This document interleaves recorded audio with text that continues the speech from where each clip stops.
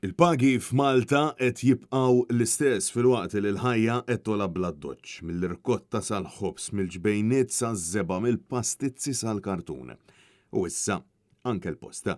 Dan kif mill-ġimgħa l-ewwel ta' Lulju il-posta għoliet fil-prezz kemm jekk se tibgħat lokalment kif ukoll għal barra minn Malta.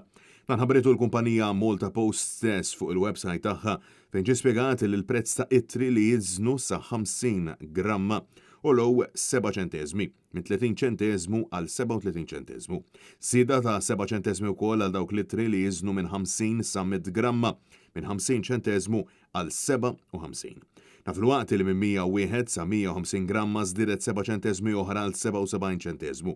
Fil-waqt illi minn 151 sa 200 gramma kien hemm żieda ta' 55 ċentesmu għal €2.20. Iż-żieda fis-servizzi tal-posta mhux l-uniku żieda li jaffaċċja l-konsumatur Malti fl-aħħar ġimgħat kien f'nofs ix-xahar li għadda meta żdiedu l-prezzijiet tal-prodotti tal-kumpanija Benna. Dawn il-prodotti inkludu l-butir, krema friska, ġbejniet friski u tal-bżar, irkotta, mozzarella u tipi ta' yogurts varji.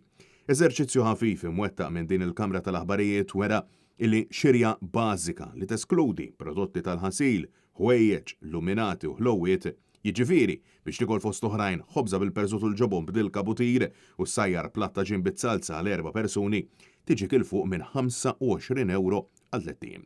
Diversi persuni li tkellmu ma' Net News saħħu li fil-waqt li l-awtoritajiet tuwaħlu din iż-żieda kontinwa fil-prezzijiet fuq il-kriżi fil-vant tal-Ewropa qed jaraw is-sitwazzjoni kemm xejn surreali kif il-gvern mhux qed ikun ta' spalla maċ-ċittadini issa illi għaddiet l-elezzjoni ġenerali.